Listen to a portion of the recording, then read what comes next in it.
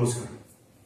आपण याच्या आधीच्या व्याख्यानामध्ये जावळी खोरं म्हणजे काय, त्याच्यानंतर छत्रपती शिवाजी महाराजांनी जावळी जिंकली, तिथं प्रतापगडाचं बांधकाम केलं वगैरे हा सगळा भाग बघितला होता.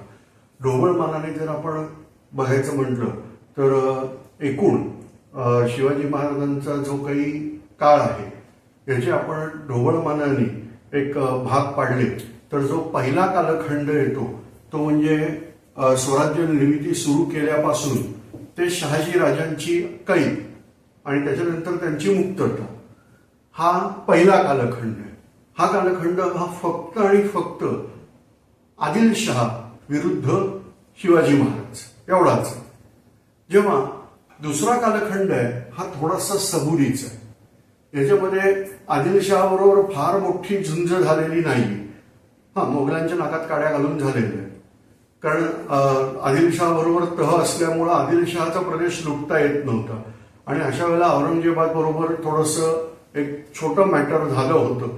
पण आपण आता जो फोकस करणार आहे तो परत तिसरा कालखंड, हा शांततेचा कालखंड झाल्यानंतरचा आहे, तो म्हणजे परत एकदा अफजल खानाचं प्रकरण.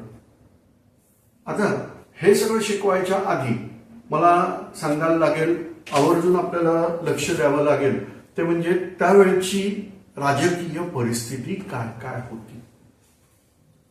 आदिलशहा, आता लक्षात घ्या, आपण याच्या आधी पण बघितलेला आहे, मी परत एकदा सांगतो की जो आदिलशहा असतो तो त्या पदावर बसलेल्या व्यक्तीला म्हणतात. राजघराण्याचं नाव आदिलशाही.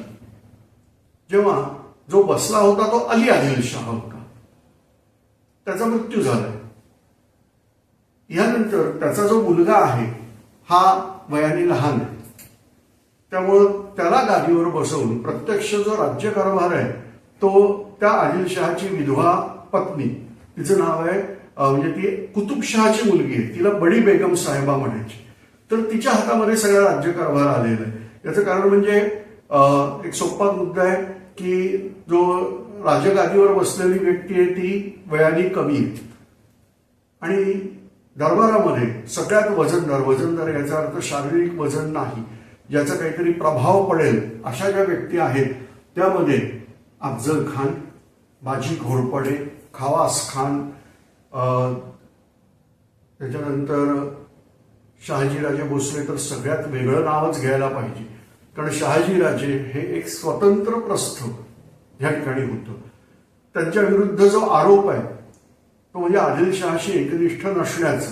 याचं कारण म्हणजे शहाजीराजांनी सारख्या सारख्या शाह्या बदलल्या, कधी ते निजामशहाकडे होते, कधी आदिलशहाकडे, कधी मोगलांकडे, परत आता आदिलशहाकडे आले आणि अशा काही गोष्टी होत होत्या. त्यामुळे जरी शहाजीराजे हे वजनदार असले तरी तख्ताशी एकनिष्ठ वगैरे अशा कॅटेगरीमध्ये त्यांचा समावेश नव्हता. पण जसं आपले फायर ब्रिगेड असतात की इमर्जन्सी सर्व्हिस आहे की आग लागली आहे तर बोलवा, तर तसं शहाजीराजांचा उपयोग करून घ्यायचा होता. विशेषतः मोगल जर आदिलशहावर चालून आले तर त्यांचं पानिपत्य करायला शहाजीराजांचा उपयोग करून घ्यायचा, ही आदिलशहाची राजनीती होती. त्यामुळं इथं अफजल खानाचं मॅटर हे महत्वाचं आहे.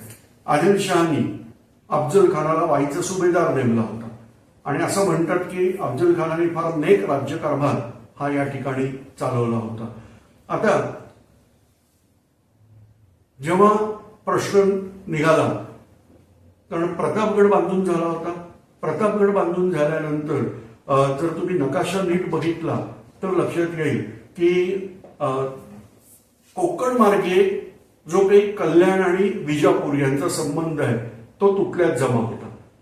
त्यांना कंपल्सरी बोरघाट म्हणतात, म्हणजे आजचा खंडाळ्याचा घाट, त्या मार्गाने जाणं होतं. पण तिथेही मध्ये पुण्याचं राज्य सगळं ओलांडून जावं लागणार, त्यामुळे सरळसोट जायला रस्ता.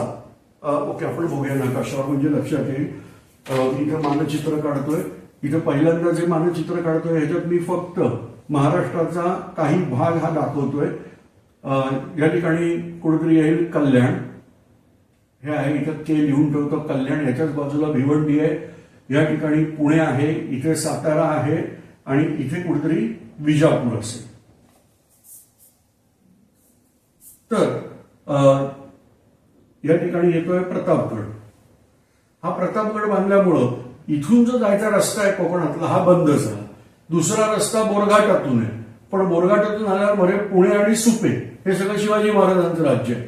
म्हणजे जर काय यांना संपर्क प्रस्थापित करायचा झाला तर कल्याणमधून बोरघाटातून लांबचा वळसा टाकून मग त्यांना विजापूरला जाणार, किंवा जो मूळचा रस्ता होता तो हा होता, पण हाही रस्ता आता बंद झालेला आहे. याचाच फायदा घेत महाराजांनी कल्याण आणि भिवंडी जिंकून घेतली.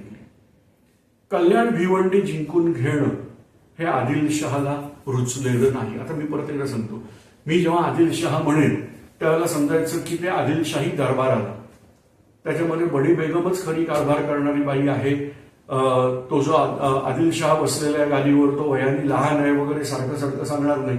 फक्त आदिलशहाला रुचलं नाही म्हणजे त्या प्रत्येक राज्याची एक प्रकारे नीती ठरलेली असते, पॉलिसीज म्हणतो आपण, तर त्या पॉलिसी हे ठरलेले हे पटलेलं नाही. त्याच्यामुळं कल्याण, कारण कल्याण ही गोष्ट, कल्याण हे अतिशय सुंदर असं बंदर पट्टण होतं.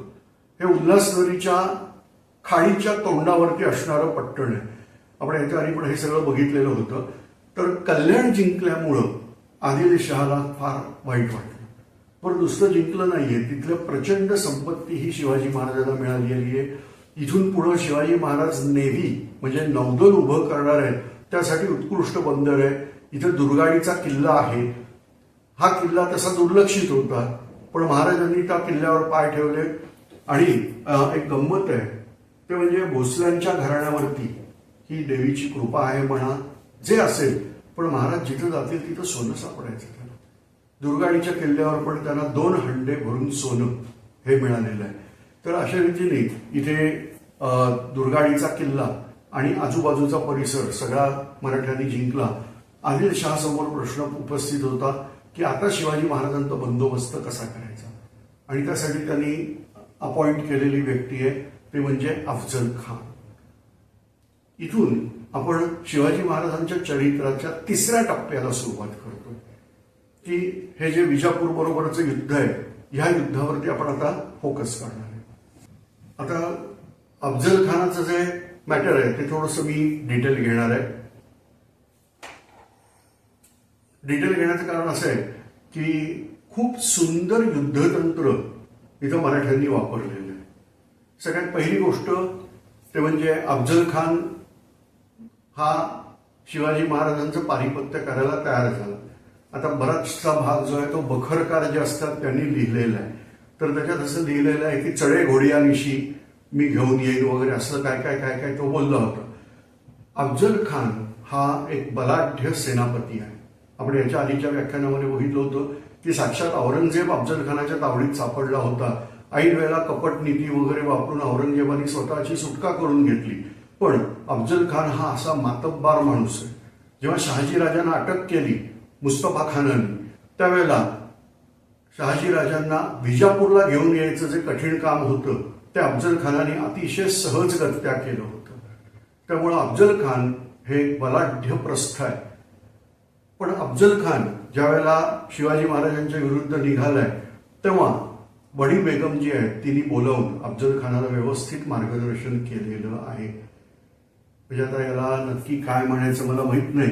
म्हणजे आपल्या फौजेबद्दलचं वास्तव ज्ञान म्हणायचं का आत्मविश्वास नसलेली स्थिती म्हणायची, कारण आदिलशहाची स्थिती त्यावेळेला खरंच कमजोर होती.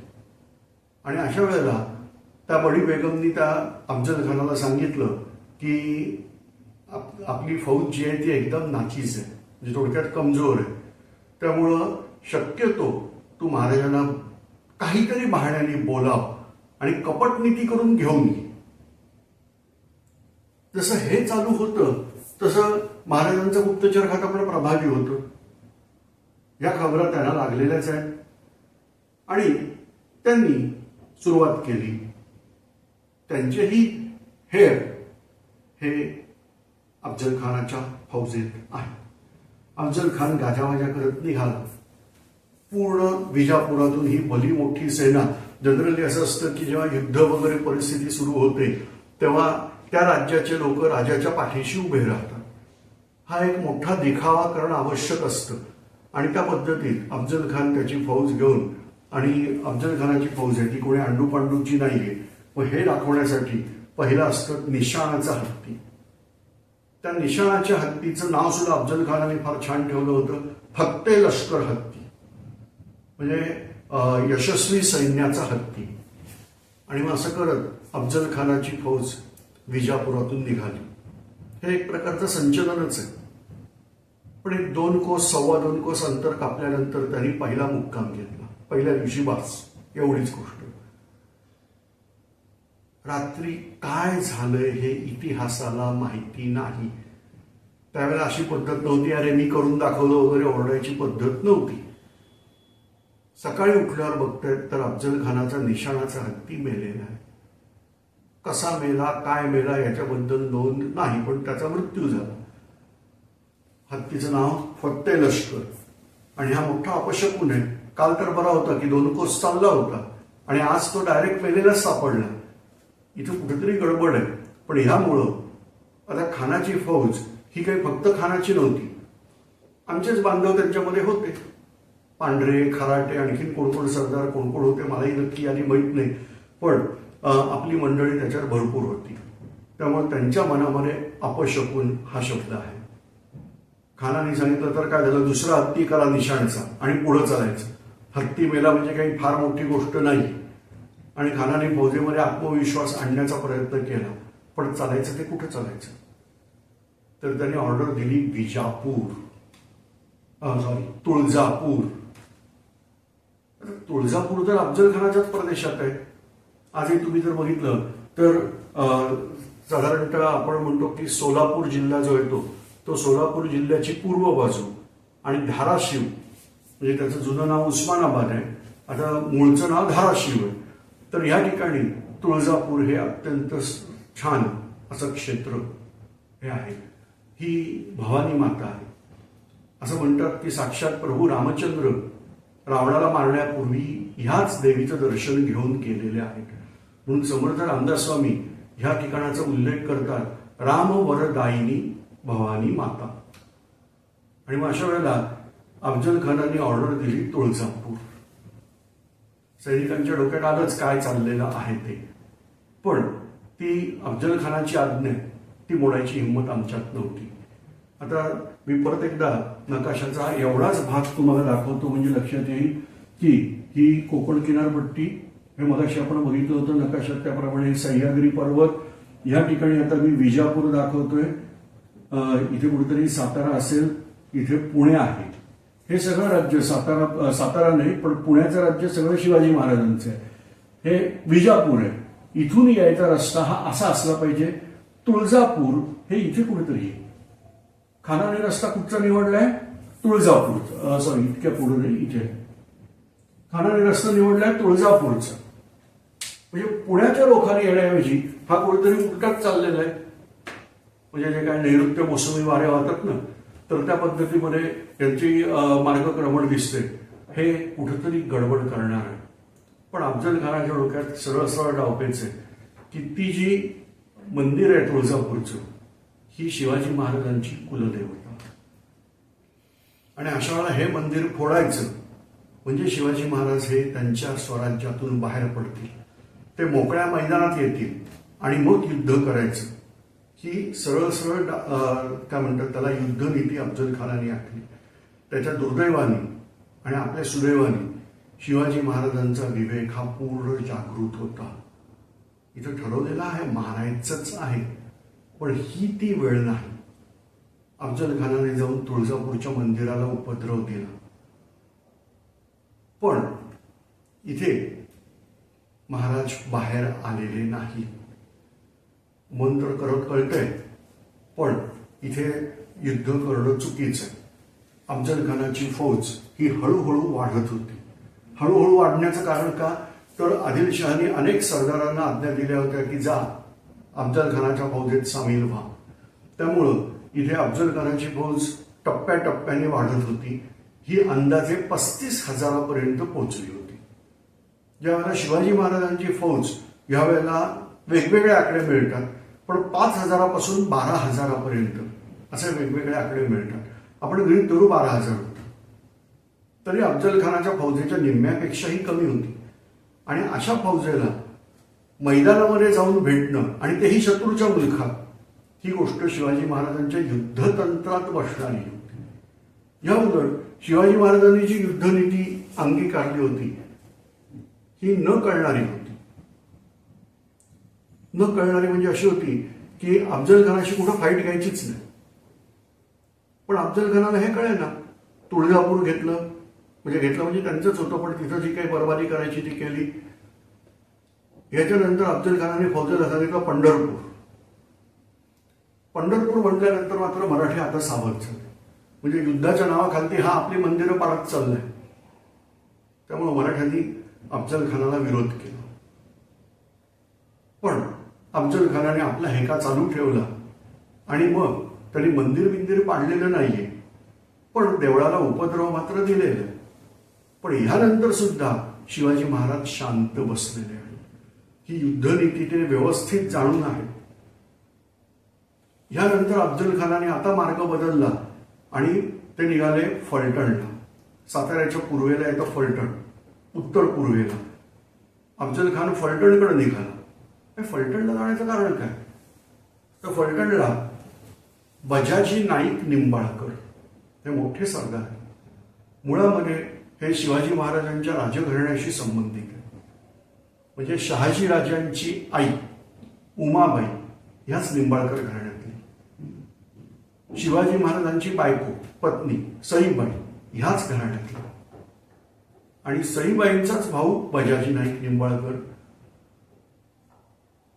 पण निंबाळकर कुटुंबीय हे शिवाजी महाराजांच्या बाजूला नव्हते. उलट मुधोजी नाईक निंबाळकर म्हणजे शिवाजी महाराजांचे सासरे यांनी थोडासा विरोधच केला होता या सगळ्या प्रकारात. पण हे मॅटर एवढ्यावर थांबलं नव्हतं. आदिलशहानी कालांतराने त्याचे शिवाजी महाराजांच्या पत्नीचे भाऊ होते बजाजी नाईक निंबाळकर यांना विजापूरला बोलावलं होतं आणि त्यांना अटकेत टाकलं. आपलाच सरदार आपणच बोलावतो ना आपणच अटकेत टाकायचं आणि त्याचं धर्मांतर करायला लावलं. बजाजी नाईक मुसलमान झाले. आदिलशहाने आपली एक मुलगी विवाह करायला त्यांच्याकडे दिली. या रीतीने त्याच्या बादशाचे नातेवाईक पण झाले.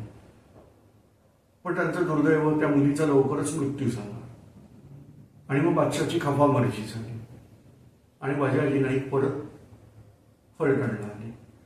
तिथून ते राजांची भेट घ्यायला राजगडावर आले. आणि अशा वेळेला शिवाजी महाराजांनी खूप मोठा क्रांतिकारी निर्णय घेतलेला आहे. पण कसा घेतला? धर्मसभा बोलवली. समस्त पंडितांसमोर हा प्रश्न ठेवला की यांना तुम्ही हिंदू करून घेऊ शकता का? आणि अशा वेळेला आमच्याकडचं उत्तर होतं नाही. एकदा धर्म सोडून गेला म्हणजे गेला. मग तिथं प्रश्न विचारला की मग असं असेल तर धर्माची दारं जाण्यासाठी उघडी आणि येण्यासाठी बंद, धर्म वाढेल का कमी होईल?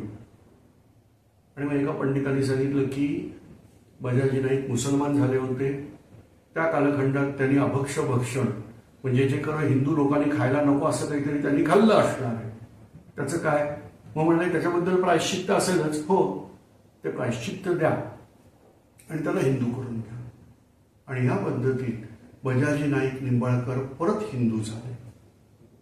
म्हणजे बादशाच्या दृष्टीने अक्षम्य गुन्हेगार. खरं तर इस्लाममध्ये असा प्रकार करणाऱ्याला मृत्यूदंड ही शिक्षा आहे. अफजल खानाने हे निमित्त करत बजाजी नाईकांना पकडलं, मारलं नाही. याचं कारण म्हणजे ह्या निमित्ताने तरी शिवाजी महाराज पुढे येतील ही आशा होती. पण महाराजांनी आपले खास विश्वासातले जे सरदार जे आदिलशहाच्या बाजूला होते त्यांच्याकडं शब्द टाकला आणि खानाला सांगितलं तुला हवी तेवढी खंडणी देतो, बजाजी नाईकांना सोडा. आणि 60 सहस्त्र म्हणजे 1000 होऊन एवढी रक्कम जर ते दंड म्हणून भरणार असतील तर मी त्यांना सोडतो. महाराजांनी सगळा दंड भरायची व्यवस्था केली. व्यवस्था म्हणजे स्वतःच्या तिजोरीतून नाही भरली, पण व्यवस्था केली. एका सावकाराकडून कर्जावर रक्कम द्यायची व्यवस्था केली आणि बजाजी नाईकांना सोडवलं. अफजल खानाचा हा पण डाव फेल गेला. अफजल खान घाबरत कशाला होता, तर शिवाजी महाराज आहेत जावळीत बसलेले प्रतापगडावर, आणि प्रतापगड हे अफजल खानाच्या डेटाबेसमध्ये एवढी गोष्ट आहे की जावळीत घुसणं हे कठीण आहे. कारण याच्या आधी आपण बघितलं याच्या आधीच्या व्याख्यानात की महमूद गावांसारख्या मातब्बार वजीराला जावळीच्या मोऱ्यांनी मारून काढलं होतं. जावळीत घुसायचं त्याला वाघाचं काळीच पाहिजे, आणि त्यामुळं अफजल खान जावळीत घुसायला घाबरत होता. त्याचे प्रयत्न होते, शक्य तितके प्रयत्न करून महाराजांना बाहेर बोलवायचं. आता अफजल खानाने पुढचा डाव टाकला. पुण्याच्याच बाजूला सुपे नावाचा भाग आहे पूर्वेकडे, त्याच्यावर हल्ला चढवला. पण शिवाजी महाराजांनी आधीच सांगून ठेवलं होतं अफजल खानाची फौज आली तर आमने सामने सामना करायचा आणि माघार घ्यायची, आणि त्याप्रमाणे त्या फौजांनी सरळ माघार घेतली. अफजल खानाला हे गणित कळे ना, मी आक्रमण करतोय आणि हे मराठे मागे मागे हटतात. बरं, मराठ्यांचा स्वभाव असा नाहीये, पण असं असताना ते मागे का हटतात. आणि मग शेवटी अफजल खान वाईला आला. वाईला आल्यानंतर जे काही बेगमनी सल्ला दिला होता तो म्हणजे शांततेत शिवाजी महाराजांना बोलवायचं, तहाच्या गोष्टी करून बोलवायच्या आणि डाव साधायचा, याप्रमाणे तहाच्या गोष्टी बोलायचं ठरवलं. आता इथून एक महत्वाची गोष्ट येते, ती म्हणजे शिवाजी महाराजांचं वैयक्तिक जर आयुष्य बघितलं तर ते फार वाईट आहे. इथे त्यांची पत्नी सईबाई आजारी आहे, मुलगा लहान आहे शंभूराजी. एका लहान मुलाला राजगडावर ठेवायचे, भले आजी आहे, आणि आजारी पत्नीलाही तिथंच ठेवायचे, आणि स्वतः पूर्ण लक्ष द्यायला प्रतापगडावर आहेत. राजगड ते प्रतापगड हे फार मोठं अंतर नाही, पण डोंगरदऱ्यांचा सगळा परिसर आहे, जाणं वगैरे हे खूप कठीण आहे. आणि अशा वेळेला ते स्वतः प्रतापगडावर येऊन राहिलेले आहेत. इथे अफजल खानाने आपला वकील पाठवला. आता जनरली पद्धत अशी असते की ज्याच्याकडे पाठवायचंय त्या समाजातला वकील पाठवला तर समोरच्याचा विश्वास बसतो, जर आपल्याकडे ते लोक असतील तर. म्हणून इथे कृष्णाजी भास्कर या व्यक्तीला शिवाजी महाराजांकडे वकील म्हणून पाठवलं. आता इतिहासात कृष्णाजी भास्कर नावाने शिवाजी महाराजांच्या समकालीन 3 पात्र असल्याचा उल्लेख आहे. त्यातले हे नक्की कोण होते माहित नाही, पण अफजल खानाचा वकील म्हणून कृष्णाजी भास्कर याची नियुक्ती झाली. कृष्णाजी भास्कर हे प्रतापगडावर आले.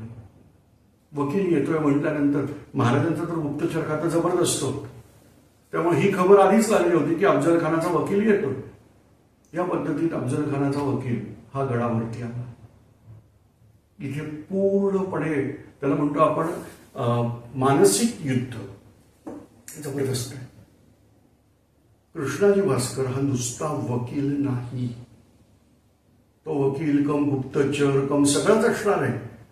तो येणार ती गडाची खडानखडा माहिती काढण्यासाठी येणार. युद्धाची तयारी किती आहे, मराठे काय लेवलवर आहेत, सगळी तो माहिती इत्थंभूत काढणार हे नक्की होतं. आणि अशा वेळेला तिथे प्रचंड युद्धाची तयारी दाखवायची व्यवस्था केली. आता असा वकील येतो म्हटल्यानंतर प्रोटोकॉल म्हणजे ज्याला आपण म्हणतो राजकीय शिष्टाचार, कोण आले नाही तर अफजल खानाचा वकील. मग अशा वेळेला शिवाजी महाराजांनी आपला वकील त्यांना वेलकम करायला पाठवला. त्यांचं नाव आहे पंताजी गोपीनाथ. आता हे पंताजी गोपीनाथ त्यांचं आडनाव पण विशिष्ट आहे. म्हणजे बरोबर प्रश्न पडतो की हे बंगाली भाषेत वकिलाला वकील म्हणत असावेत का, मला माहित नाही, पण यांचं आडनाव वकील आहे. तर हे पंताजी गोपीनाथ हे कृष्णाजी भास्करला आणायला लागले.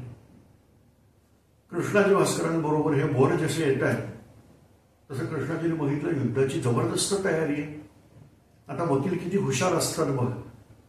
कृष्णाजीने सरळ सरळ विचारलं पंताजींना, अरे इथं तर युद्धाची जय्यत तयारी दिसते.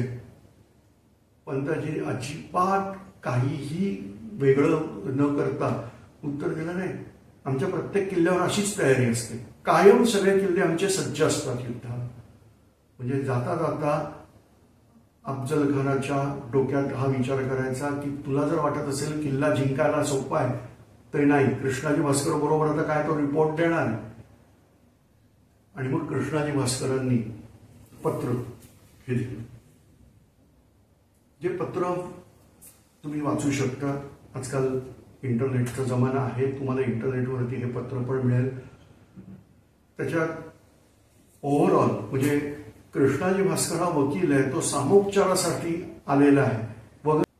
अफजल खानाचं जे काही पत्र आलेलं आहे हे पत्र मात्र दमदाटीचं आहे. त्याच्यात अशा काही गोष्टी लिहिलेल्या आहेत, म्हणजे उदाहरणार्थ तुम्ही कल्याण भिवंडी हे प्रदेश जिंकले आणि तेथील मशिदी जमीनदोस्त केल्या आणि मुसलमानांना मारलं, ही गोष्ट शहाच्या मनाला झोंबत आहे. असे काही रेफरन्सेस आहेत. बरेच जण म्हणतात की महाराजांनी असं काहीही केलेलं नाहीये, पण अफजल खानाच्या पत्रात ह्या गोष्टी नमूद केलेल्या आहेत.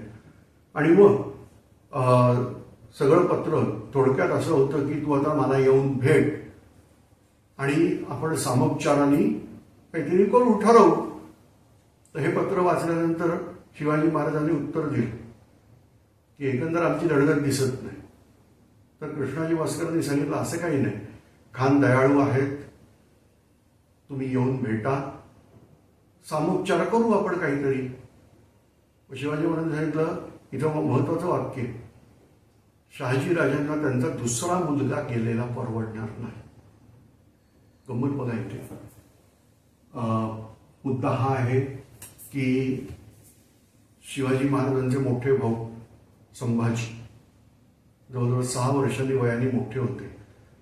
ह्यांना अफजल खानांनी कनकगिरीच्या वेढ्यात दगाबाजी करून शत्रूच्या हस्ते मारवून घेतलं. तर थोडक्यात आपण मागे बघितलं होतं, परत एकदा सांगतो की कनकगिरीचा वेढा जेव्हा चालू होता तेव्हा त्या वेढ्यावरती चालून जायचं किल्ल्यावर हे संभाजीराजांना सांगितलं.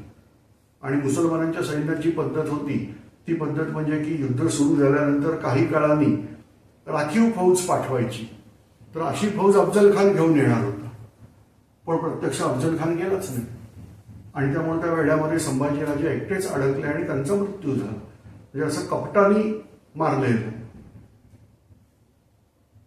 शिवाजी महाराजांच्या डोक्यात हे होतच.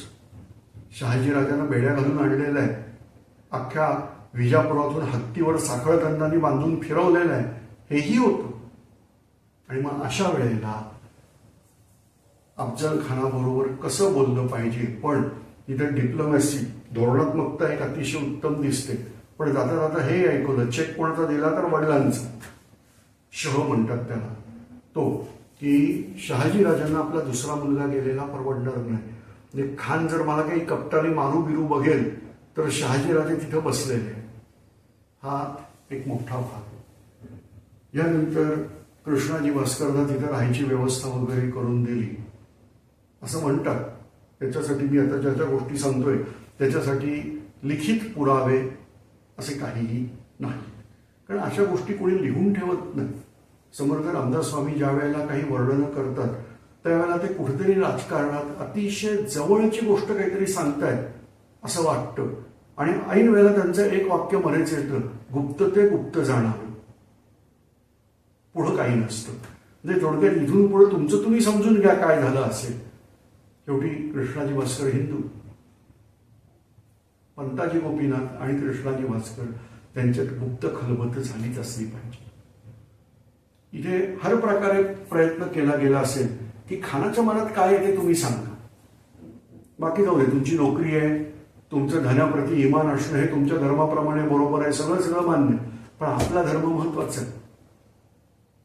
आणि मग बहुधा पंताजी गोपीनाथांना कृष्णाजी भास्करांनी काही गोष्टी सांगितल्या असणं हे नाकारता येत नाही. यासाठी असे लिखित पुरावे माझ्याकडे काही नाहीये. तुम्हाला मिळाले तर गलती तुम्ही देऊ शकता. आता कृष्णाजी भास्कर वाट बघतात उत्तर मिळायची, पण शिवाजी महाराजांनी सांगितलं असं उत्तर देणं आपल्या राजनीतीला त्याला काय म्हणतो आपण, शिष्टाचाराला धरून नाही. तर त्यामुळं पंतांचा भरपूर सन्मान केला आणि त्यांना पाठवून दिलं. का? उत्तर द्यायला आमचा वकील येईल. आणि मग उत्तर देण्यासाठी पंताजी गोपीनाथ स्वतः वाईला गेले. जाताना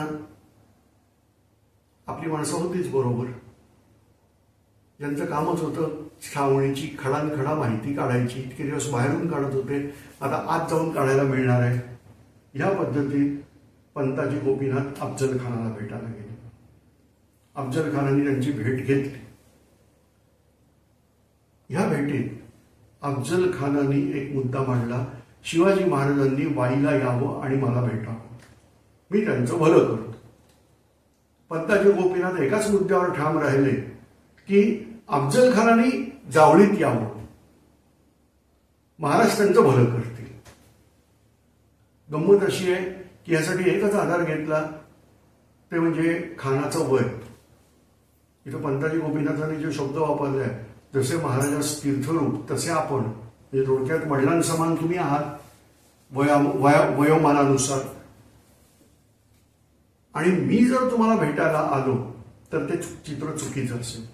तुम्ही जर मला भेटायला आलात आणि मग मला हाताला धरून घेऊन जाता, हाताला धरून म्हणजे काय की हाताला धरून देत नाही, पण तुम्ही इथं आलात आणि मला घेऊन चाललेला आहात विजापूरला, तर त्यांनी माझा सन्मान वाढेल आणि मला तुमची खूप भीती वाटते. तुमचा दरार आहे, हे माणसाला चढवायचं असतं. बस खानाला विचार करायला वेळ गेला, पण खान म्हणजे अफजल खान हा तयार होणार नाही. तुम्ही इमॅजिन करू शकता, कल्पना करू शकता की जावळीच्या जंगलात असा अफजल खान वाई सोडून भेटायला जाणं म्हणजे बर्बादी. आता विचार क्षमता कशी असते बघा. शिवाजी महाराजांनी टाकलेला डाव हा नीट समजून घ्यायला पाहिजे. तर म्हणजे अफजल खानाच्या डोक्यातले विचार काय असणार. समजा हा तह झालाच नाही, तर अफजल खानाला सैन्य घेऊन जावळीत उतरावं लागेल, जे त्याच्यासाठी अतिशय कठीण असेल. कारण द मोमेंट अफजल खानाची जी काही सेना आहे ती जावळीच्या जंगलात घुसायला लागेल, तिथून महाराजांचा प्रतिकार चालू होणार आहे. रस्ते सोपे नाही आहेत. आपण बघूया, नकाशा मी काढतो म्हणजे तुमच्या लक्षात येईल. आता मी तेवढ्या परिसराचाच नकाशा काढतोय. ही आहे सह्याद्रीची मुख्य घाट, पण ती वळली आहे आतल्या बाजूला. ह्या ठिकाणी इथून म्हणजे अशी सह्याद्रीची मुख्य धार जी आहे ती ह्या पद्धतीत इथपर्यंत कमी उंचीची आहे आणि इथून ती परत ह्या पद्धतीत अशी वळलेली. आपण जावळी मागच्या वेळेला बघितली होती, त्यावेळेला मी हे सगळं एक्सप्लेन केलं होतं. ह्याला असंख्य अशा शाखा असतात डोंगराला, तसं इथेही शाखा आहे. या अशा गेलेल्या या सगळ्या वेगवेगळ्या शाखा या बाजूनी डोंगराला आहेत आणि असं असं करत ह्या डोंगर रांगा गेलेल्या आहेत. एक डोंगर रांग या बाजूला गेलेली आहे, ह्यालाही उपशाखा आहे. आता ह्या ठिकाणी येतं महाबळेश्वर आणि इकडे येते वाई. इथून आपल्याला म्हणजे महाबळेश्वरातून ही नदी उगम पावते कृष्णा आणि ती वाईला जाते. दुसरी नदी इथून उगम पावते ती आहे कोयना आणि ती इथून ही या पद्धतीत आलेली. आता ह्या टोकावर महाराजांनी किल्ला बांधलाय, तो आहे प्रतापगड.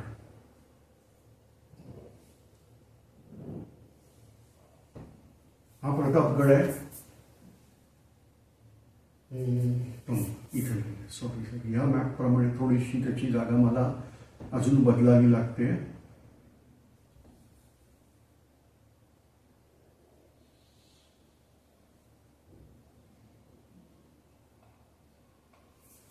ही टोकाची जागा आहे, जो आपण यशवंत बुरुज म्हणतो किंवा आता काही जण त्याला जीवा महाले बुरुज म्हणतात. तर ती जागा ही येते, ही माची आहे. आता ही एक कोयना व्हॅली इथं आलेली. जेव्हा यांना इथून यायचंय आणि इथून आता तुम्ही जर कधी महाबळेश्वरला गेलात कोकणातून म्हणजे पोलादपूरवरून जर महाबळेश्वरला गेलात तर आंबेनळी घाट चढून जावं लागतं. हा आंबेनळी घाट प्रतापगडाच्या बाजूबाजूनी आणि मग ही गाडी इथे येऊन थांबते. इथं वाडा नावाचं गाव आहे, तर कुंभरोशी किंवा वाडा नावाचं गाव आहे आणि इथून पुढे इथून घाट चालू होतो. हे जे टोक आहे हे तुम्हाला महाबळेश्वरातून बऱ्याच ठिकाणून दिसतं. याला आता नाव आहे लॉडविक पॉइंट आणि elephant head point. Elephant point नाहीये, एलिफंट हेड पॉइंट आणि लॉडविक पॉइंट. आपल्या भाषेत याचं नाव आहे डोमेश्वर. तर हे डोमेश्वराचं टोक हे सगळीकडून दिसतं. इथूनच खालती घाट उतरायला आहे, त्याचं नाव आहे रडतोंडीचा घाट. खडा सह्याद्री उतरायचा आहे, काही सोपं काम नाहीये. पण त्या मार्गाने यांची ये जा चालायची. अर्थात जावळीचं जंगल आपण बघितलंच आहे, अति भयानक आहे. अफजल खानाला हे सगळं पार करून यायचं, म्हणजे वाहीपासून हे सगळं चढायचं. हे महाबळेश्वर, त्याला नहर म्हणायची. तर महाबळेश्वर का नहर, आणि तिथून खालती उतरायचंय रडतोंडीच्या घाटातून, आणि मग प्रतापगड येणार. तिथं मराठे बसले ते दाराविषयी, हे बाबा अफजल खान कसा येतोस बघतो, युद्ध होणार आहे. बाबासाहेब पुरंदरेच्या पुस्तकात अतिशय सुंदर वाक्य आहे. एक वेळ हिडिंबेच्या डोक्यातली ऊस सापडेल, पण जावळीच्या जंगलात लपलेला हत्ती सापडणार नाही. घनघोर जंगल आहे. आणि मग अशा वेळेला अफजल खानाला जावळीत उतरणंच कठीण आहे. ह्यापेक्षा अफजल खान तिथं कसा येईल, तर त्याला सांगायचं तू तुझ्या सैन्यासहित ये. आणि मग या पद्धतीत पंताजी गोपीनाथांनी खानाला सांगितलं की तुम्ही एकटे नका येऊ, तुमची सगळी सेना घेऊन या, तुमच्या तोफा घेऊन या, हत्ती घोडे सगळं घेऊन या. शिवाजी महाराजांच्या मनात अजिबात कपट नाही, ते तुम्हाला घाबरले. प्रत्येक वेळेला एकच पॉइंट पुढं दिला गेला की शिवाजी महाराज हे तुम्हाला घाबरलेले आहेत. शत्रूला मानसिक दृष्ट्या बेसावध करण्याची कृती. अर्थात अफजल खान काही अंडू पंडू नव्हता की लगेच हो हो घाबरलेत म्हणायला, पण तरी मनात कुठेतरी एक वारंवार बोलून बोलून एक स्वतःची इमेज होत की बरं. त्यातून पुरावा पण मिळतो की शिवाजी महाराजांनी कुठेही युद्धाला तोंड फोडलेलं नाहीये. म्हणजे मी तुळजापूरचं मंदिर फोडलं, मी पंढरपुरास उपद्रव दिला, पण शिवाजी महाराज युद्धाला बाहेरच आलेले आहेत. उलट सुप्यावरती जेव्हा मी हल्ला केला तेव्हा सुप्याचे मराठे सरळ मागे हटलेले आहेत. म्हणजे ह्या सगळ्या गोष्टी बघितल्यावर अफजल खानाच्या डोक्यामध्ये एक गोष्ट नक्की होती की इथे काहीतरी महाराज घाबरलेले आहेत, कुठेतरी त्यांची यंत्रणा धोक्यात आहे. त्यातून पंताजी गोपीनाथ म्हणतात त्याप्रमाणे तुम्ही ससैन्य जावळीला या, आमची काही हरकत नाही, कारण आमच्या मनात कपट नाहीच आहे. उलट शिवाजी महाराज घाबरले, त्यांना खूप आनंद पण झालाय, तुमच्यासारखा मातब्बार माणूस इथं आलाय, त्यांनी तुम्हाला गिफ्ट दिलंय, भेट वस्तू दिली. आता बघा, भेट वस्तू देण्याचं प्रयोजन. पहिली भेट काढली ती म्हणजे कट्यार, रत्नजडीत मुठीची कट्यार. ती कट्यार बघितल्यावरच अफजल खानाचे डोळे विस्फारले. जबरदस्त, अतिशय भारी कट्यार आहे. अफजल खानाचे डोळे विस्फारले होते. लक्षात घ्या, पंताजी गोपीनाथ कोणाकडे बघतायत? अफजल खानाकडे. आणि दुसरी गोष्ट होती ती म्हणजे मोत्याचा हार, कंठी, मोठमोठे मोती होते. अफजल खान तख्तावरून उभा राहिला उठून. अरे ही दौलत आदिलशहापाशी नाही, तुझ्यापाशी कुठून आली? पंताजीने पुढचं वाक्य फेकलं, हे तर समुद्रातलं एक थेंब आहे. खरी दौलत सगळी जावळीत लपवून ठेवली आहे महाराजांनी, या तुमचीच आहे. खान लालचावला. पंताजींना खानाने सांगितलं मी उत्तर देतो. पंताजी रात्री तिथंच राहिले. खानाने बैठक बोलावली, गुप्त बैठक होती. एक जात सगळ्या सरदारांनी खानाला सांगितलं जावळीत जाऊ नका. तो शिवाजी घाबरला वगैरे जे काय म्हणतात ते खोटं आहे. महाराज पराक्रमी आहेत, ते तुम्हाला असे घाबरणारे नाही आहेत. जाऊ नका. उलट त्याचा काहीतरी डाव आहे. इथे अफजल खानाची जी गर्वाची बाजू आहे ती पुढे आली. हाँ तुम दुश्मन की तारीफ करो, खान साहब को आपने पहचाना ही नाहीये आहे. म्हणाले नाही ऐकलं. समजा काय होईल? आपल्याला जावळीत जावंच लागेल. कसं जाणार? हे सगळं जंगल पार करून मराठी येऊ देणार आहेत? म्हणजे युद्धाची सुरुवात इथूनच होईल. त्यापेक्षा ते सांगतायत या आपण जाऊ. शिवाजी महाराजांचा पहिला डाव यशस्वी झाला. शांततेच्या नावाखाली अफजल खान यायला तयार झाला. वास्तविक ह्याच्यात त्यांच्या वकिलाचं यश प्रचंड मोठं आहे. किती गोडगोड बोलायचं, खोटं बोलायचं, काही अपमान झाला तरी ऐकून घ्यायचा. म्हणजे अक्षरशः सांगतो शिवाजी महाराजांचा प्रचंड अपमान अफजल खानाने केलाय. पण पंताजी गोपीनाथांनी ते हसण्यावारी नेलं. शेवटी अफजल खान म्हणाला, तू ब्राह्मण आहेस, तुम गवाह बनकर यकीन दिला सकते हो क्या, काय की शिवाजी महाराज मला मारणार नाही. तरीही पंताजी म्हणाले हो. आणि मग कृष्णाजी भास्कर आणि पंताजी गोपीनाथ यांनी तिथं शंकराच्या पिंडीची पूजा केली, त्याच्यावरचा बेलभंडारा उचलला आणि दोघांनी एकमेकांना शपथ दिली की आम्ही तुमच्या जीवाची हानी करणार नाही. ह्यानंतर अफजल खानाचा पुढचा प्रश्न, माझ्याकडे मोठ्या तोफा आहेत, हे सगळं घेऊन आम्ही येणार कसे. पंताजी म्हणाले आम्ही मदत करतो तुम्हाला. इथं अफजल खानांनी निम्मी लढाई त्याच्या दृष्टीने जिंकली होती, कारण ज्या कठीण जंगलात घुसायचे मराठ्यांचा विरोध पत्करून, त्याच्या म्हणजे मराठ्यांच्या सहकार्याने आपण घुसतोय. बाकी मराठ्यांना फारशी अक्कल दिसत नाहीये, कारण येणाऱ्या शत्रूला ते आत वेलकम का करतायत. आणि ह्यानुसार अक्षरशः सांगतो अफजल खान सगळी फौज घेऊन त्या रणतोंडीच्या घाटाने उतरला. वाटेत झाडं तोडून मराठ्यांनी रस्ते निर्माण केले. अफजल खानाची छावणी कुठं टाकायची याच्यासाठी झाडं तोडून जागा रिकामी केली. कुठं केली रिकामी, तर ती जागा इथून आपण बघितलं होतं महाबळेश्वरापासून, हे महाबळेश्वर आहे, ही कोयना व्हॅली आहे. ह्या कोयना व्हॅलीतली जागा त्यांनी रिकामी केली. येत्या लक्षात, 2 डोंगरांच्या मधली जागा ही सगळी त्यांना रिकामी करून दिली. इथं तुमचा मुक्काम करा. तुम्ही जर कधी महाबळेश्वरला गेला तर आवर्जून लॉडविक पॉइंट म्हणजेच डोमेश्वर या ठिकाणी भेट द्या. इथून तुम्हाला उजव्या बाजूला हा पॉइंट आहे, इथून उजव्या बाजूला ही सगळी दरी ही अप्रतिम बघायला मिळते. आणि या दरीमध्ये अफजल खानाची छावणी सगळी पसरली होती, कारण जागा तिथंच दिली त्याप्रमाणे ते तिथं राहिले. म्हणजे आता लक्षात आलं की लढाई कुठं होणार, काय होणार, सगळे प्लॅन पक्के आहेत. मराठ्यांनी खूप पेशन्स दाखवले. इथून खालती उतरायला ज्या घाट वाट आहे, आता उदाहरणार्थ इथून खालती उतरायचा आंबेगड एक घाट, त्याच्यानंतर प्रतापगडाच्या या बाजूने एक घाट आहे, त्याला हा पसरणीचा ओके त्याचं नाव मी विसरलोय, त्याच्या पुढे हातलोट घाट, हे सगळे छोटे छोटे घाट आहेत. इथून छोटे म्हणजे रस्ता छोटा आहे, घाट प्रचंड मोठे आहे.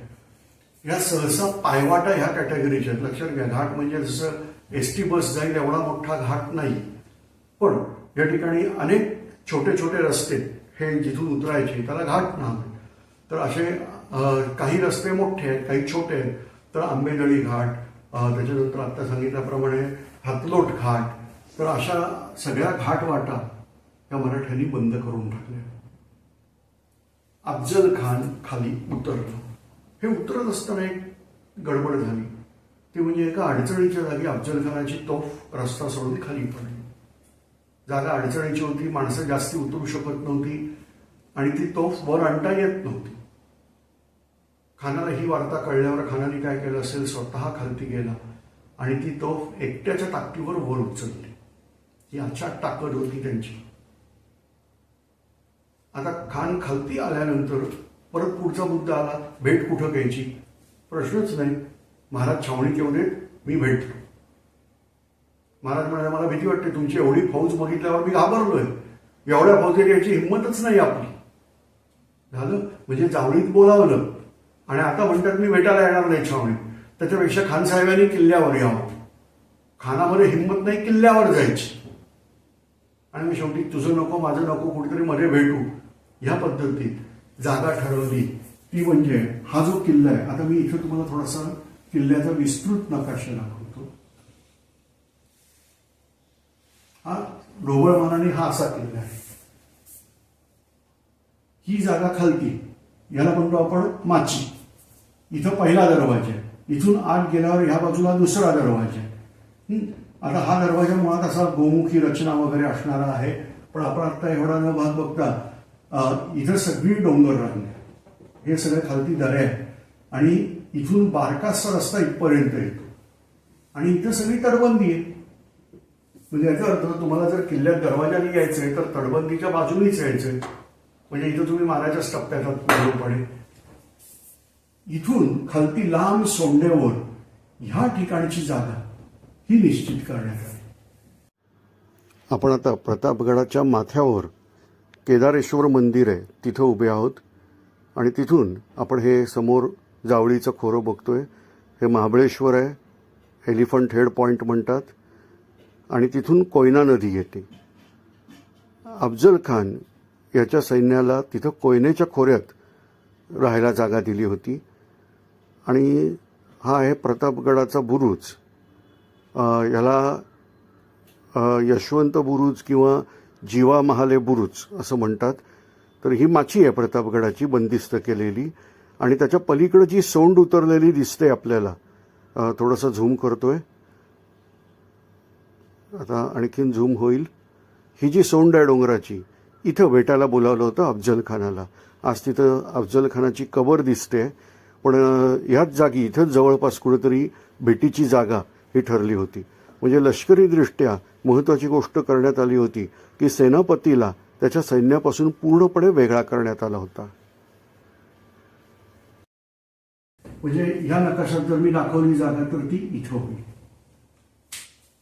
इथं येऊन भेटा. म्हणजे महाराज पण किल्ल्यातून बाहेर आलेले आहेत. ते थोडा डोंगर उतरून खालती येतील, तुम्ही थोडा डोंगर चढून वर या आणि तिथं भेटू. एकमेकाच्या सैन्यातच नको. अफजल खानाला हा पण प्रस्ताव योग्य वाटला. पण वाटेत काही झालं तर कुठं काय बॉडीगार्ड घेऊन यायचं. अफजल खान 10 अंगरक्षक घेऊन येणार, पण ते भेटीच्या ठिकाणी नसणार. भेटीच्या ठिकाणापासून बाणाच्या टप्प्यावर असणार. म्हणजे अंदाजे 30 मीटर वगैरे अंतरावरती ते उभे राहणार. शिवाजी महाराज पण 10 अंगरक्षक आणणार, पण तेही बाणाच्या टप्प्यावर उभे असणार. भेटीच्या प्रसंगी 2 अंगरक्षक अफजल खानापाशी असणार, 10 लांब, म्हणजे एकूण 12 अंगरक्षक असणार आणि 2 अंगरक्षक शिवाजी महाराजांच्या बरोबर असणार. शिवाय खानाचा वकील आणि महाराजांचा वकील हेही बरोबर असणार. बास. खानाला हे सगळं मान्य झालं, पण महाराजांवर विश्वास नाही. दगाफटका केला तर महाराज आधीच येऊन बसले आणि कुठेतरी दगाफटका केला तर नाही. मग त्यासाठी खान आधी येणार. त्याचे अंगरक्षक आधी छावणी बघणार, तंबूची जागा बघणार, मग खान आत येऊन बसणार. महाराज यालाही तयार झाले आणि भेटीची वेळ ठरली दुपारची. अंदाजे 2-2:30 वाजताची काहीतरी वेळ ठरवली. म्हणजे भोजन झाल्यानंतर मग जायचं. तिथे मराठ्यांनी सेवक सगळे आपलेच पुरवलेले आहेत अफजल खानाच्या सैन्याला. त्यामुळे युद्ध वगैरे असं काही वातावरणच नाहीये. प्रत्यक्ष खेळीमेळीचं वातावरण आहे. त्यामुळं असं कुठं काही वाटत नाही. सगळ्यांच्या डोक्यात एकच विचार आहे की आता दुपारी भेट होणार, मग अफजल खान आणि शिवाजी महाराज छावणीत येणार, मग आपण विजापूरला जायचं, मोहीम संपली. प्रत्यक्ष झालं की महाराजांचे प्लॅन आधीपासून तयार आहे. दुपारी 2-2:30 वाजताची भेट आहे. शिवाजी महाराज हा माणूस साधा सुद्धा नाही. प्रचंड मॅनेजमेंट, प्रचंड प्रमाणामध्ये त्यांचं नियोजन, अचूक संवाद सगळ्यासाठी प्रसिद्ध आहे. आणि काय केलं असेल तर ज्या दिवशी भेट होणार त्याच दिवशी सकाळी सुप्यावरती हल्ला पण केलेला आहे.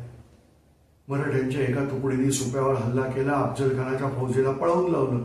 सुप कुठे आहे? पुण्याच्या पूर्वेला. तिथून संदेश हा अफजल खानापर्यंत पोहोचायसाठी किमान 2 दिवस आवश्यक आहे. त्यामुळे तो पोचणार नाही याची गॅरंटी. आणि मग शिवाजी महाराज खालती उतरत आहे. आता इथं गंमत तुम्ही जर बघितली तर लक्षात येईल ती म्हणजे ही कोयना व्हॅली, अफजल खानाची फौज इथे आहे आणि सेनापती हा एवढं अंतर पार करून इथं भेटायला आलाय.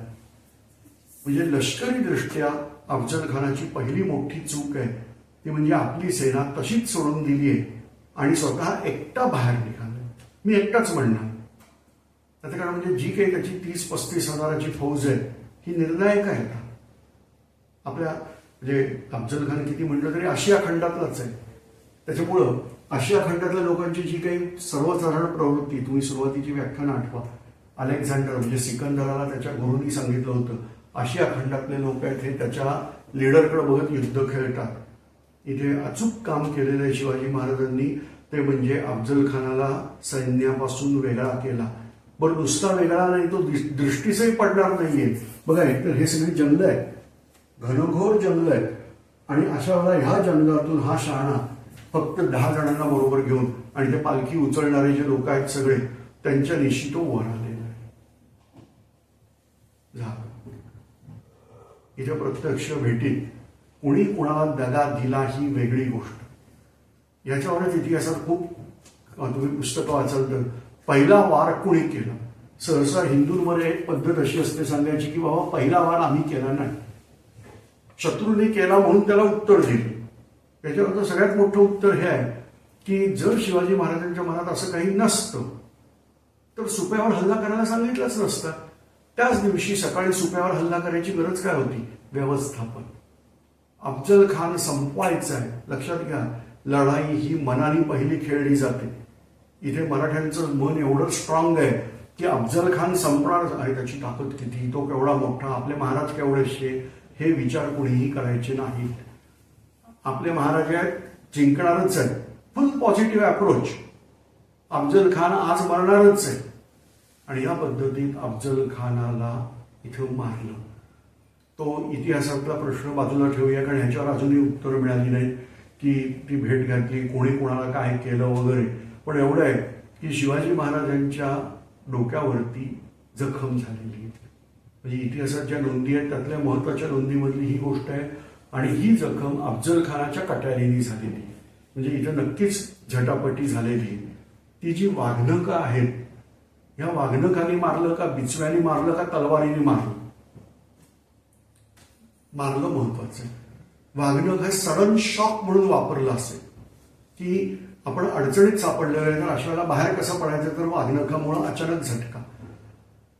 त्या झटक्यातून शत्रू सावरायच्या आत त्यांनी बहुधा बिचवा वापरला, कारण तलवारी त्या दोघांनी आपापल्या वकिलांच्या हातात दिल्या होत्या.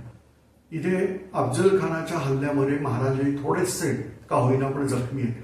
खरं तर महाराजांनी पूर्ण तयारीनिशी गेल्याची नोंद आहे. म्हणजे त्यांनी अंगावर चिलखत घातलं होतं, डोक्यावर लोखंडी जिरेटोप होता, त्याच्यावर त्यांनी मंदिर बांधला होता. ह्या सगळ्या नोंदी आहेत. पण तरी पण इथं गडबड आहे. ती गडबड म्हणजे अशी आहे की महाराज काही क्षण बेसावध होते.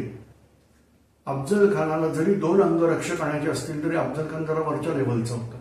त्यांनी फक्त एकच अंगरक्षक आणलाय. इतिहासात काही ठिकाणी त्याचं नाव मिळतं सय्यद बंडा.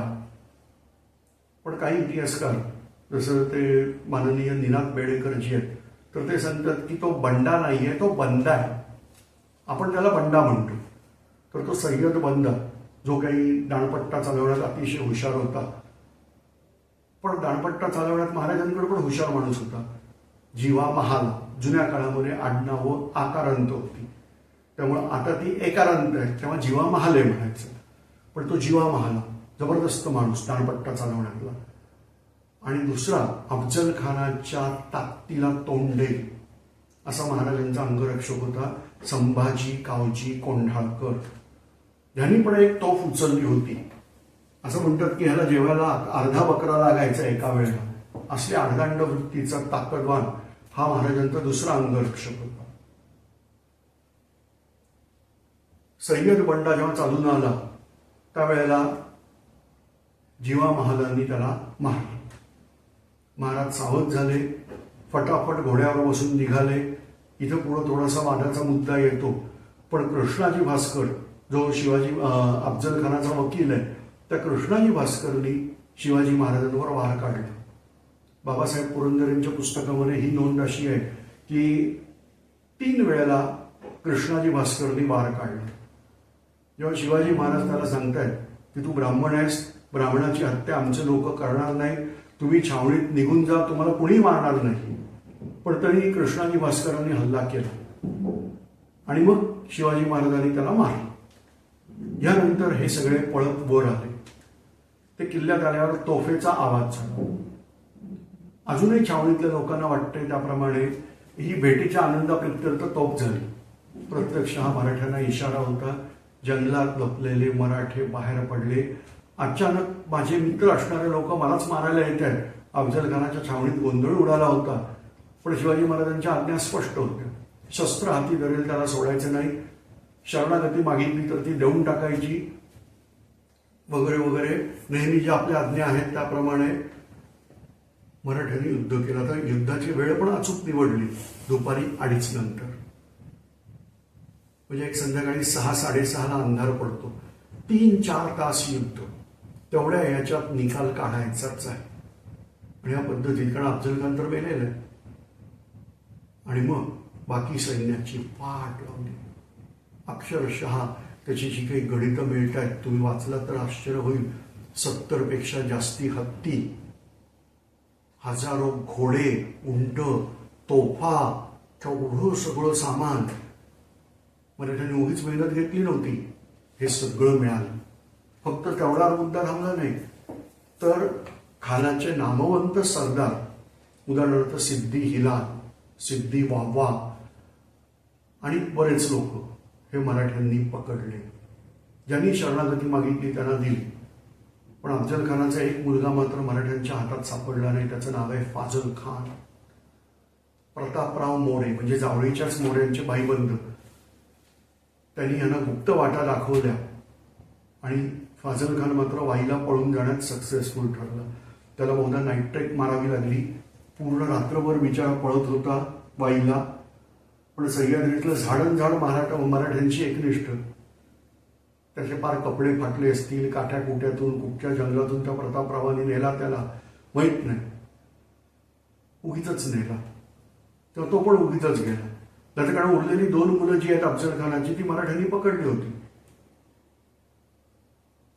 सरासरी बघा त्यांच्यात आणि आमच्यात फरक काय पडतो ते. इथं शिवाजी महाराजांना त्या 2 मुलांना मारून टाकणं शक्य होतं,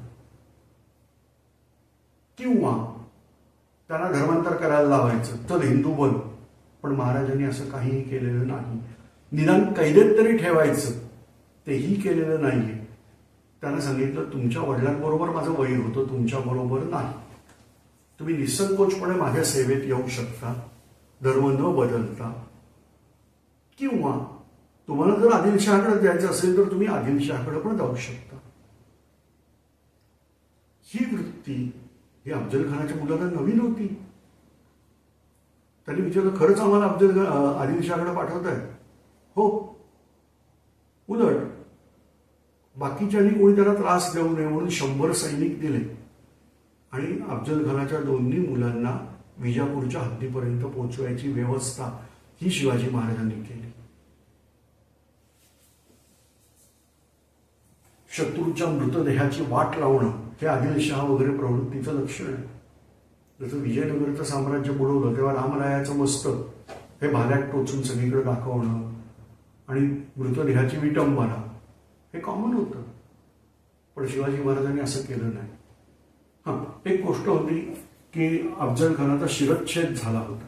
संभाजी कावजी कोंढाळकरने अफजल खानाचा शिरच्छेद केला होता आणि ते मस्तक घेऊन तो किल्ल्यावर आला होता. ते मस्तक वेस्टर्न करून म्हणजे पॅक करून व्यवस्थित राजगडावर जिजामातांकडे पाठवलं की स्वराज्याचा शत्रू, आपला अपमान करणारा मी संपवलाय याचा पुरावा. पण पुढं मस्तकाचं काय करायचं, तर राजगडच्या वेशीवरती त्याला जागा दिली होती, तिथं त्याचं दफन करायचं आणि त्यांच्या धर्माप्रमाणे त्याचं काय नैवेद्य पूजा अर्चा ती करायला परवानगी द्यायची आणि त्याचा निधी शिवाजी महाराज देणार. एवढी पूर्ण तयारी, म्हणजे मृतदेहाची कुठेही विटंबना नाही. अफजल खानाचा जो उरलेला देह आहे म्हणजे शिर कापून गेल्यानंतरचा देह, तो तिथंच पडला होता भेटीच्या जागी. तिथंच जवळ त्याची कबर बांधली. म्हणजे एकाच व्यक्तीच्या 2 ठिकाणी कबरी दिसतील. पण कुठेही शत्रूची विटंबना वगैरे असे प्रकार केलेले नाहीत. उलट त्या अफजल खानाच्या मुलांना सन्मानाने पाठवले. हे सगळं बघितल्यावर ते सिद्दी हिलाल आणि सिद्दी वावा आश्चर्यचकित झाले आणि त्यांनी शिवाजी महाराजांची बाजू पत्करली. जे महाराजांच्या सैन्यात येऊ इच्छित होते ते सगळे तिथं आले. जे नव्हते त्यांना परत जाऊ दिलं आणि प्रचंड मोठा विजय इथं मराठ्यांना मिळाला. पण शिवाजी महाराजांचं वैशिष्ट्य असा एक विजय मिळाला की सेलिब्रेट करत बसायचं पुढची 4 वर्ष, हा प्रकार नाहीये. महाराज तिथून ताबडतोब मोहिमेला निघालेले आहेत. म्हणजे संध्याकाळी हे सगळं झालं आणि रात्रभराचा प्रवास करून हे सगळे वाईला पोहोचले. नेताजी पालकर पुढे निघाले, पण तोपर्यंत फाजल खानानी वाडा गाठला होता. सगळं बाळ विस्तारा मिळेल ते घेतलं आणि ते पळत सुटले. खंडोजी खोपडे या सरदारांनी त्यांना पळून जायला मदत केली तिथून आणि कराडपर्यंत नेऊन सोडले. नेताजी पालकरांच्या हातात फाजल खान लागला नाही. पण इथून मराठ्यांनी युद्धाला मोठी सुरुवात केली. त्याचं कारण म्हणजे अफजल खानाला जे सैन्य आलेलं आहे मिळालेलं ते आजूबाजूच्या किल्ल्यांवरूनच आलेले होते. किल्ल्यावर प्रत्यक्षात फार कमी सैनिक शिल्लक होते. त्यामुळे हे सगळे किल्ले जिंकायचा सपाटा मराठ्यांनी लावला. चंदनवंदन पासून सुरुवात केली. चंदनवंदन म्हणजे वाईच्या बाजूला येतात साताऱ्यात. तिथून ते दक्षिणेला कोल्हापूरपर्यंत, पन्हाळ्यापर्यंत परिसर मराठ्यांनी फटाफट जिंकून घेतला. काय परिस्थिती येते म्हणजे आदिलशहा थोड्या दिवसापूर्वी स्वप्न बघत होता की शिवाजीचं पारिपत्य करायचं. आज त्यांच्यावर वेळ आली की मराठ्यांपासून आपलं राज्य कसं वाचवायचं. याचं कारण म्हणजे इथं कुठेतरी आणखीन एक मोठी गडबड आहे. शहाजीराजे हे दक्षिण भारतातून विजापूरच्या दिशेने यायला निघाले आणि शिवाजी महाराज हे कोल्हापूर म्हणजे टुवर्ड्स विजापूर जायला निघाले. आणि मग अशी बातमी आली की शहाजीराजे आणि शिवाजी महाराज मिळून आदिलशहालाच तख्तावरून काढणार आणि आपल्या माणसाला तिथे जाऊन बसवणार. म्हणजे इथं मराठा किंग मेकर या कॅटेगरीमध्ये परत एकदा आलेले दिसते. त्याच्या आधी शहाजीराजांनी निजामशहाला गादीवर बसवलेलंच होतं, मुर्तजा निजामशहाला. तोच प्रकार इथं आता शहाजीराजे करतील असं अटकळ बांधली आणि मग मराठ्यांपासून कसं वाचायचं ह्या फंदात, या विचारात आदिलशहा पडला. बाय दॅट टाइम ही योजना कुठेतरी फसली. काय फसली आहे, कशी फसली आहे इतिहासाला माहीत नाही. पण शहाजीराजाने अचानक दिशा बदलली आणि शहाजीराजे परत दक्षिणेत निघून गेले. पण इतिहासामध्ये याची कुठेही खास अशी नोंद नाही. ह्याच व्याख्यानाचा पुढचा भाग आपण नंतर ऐकू.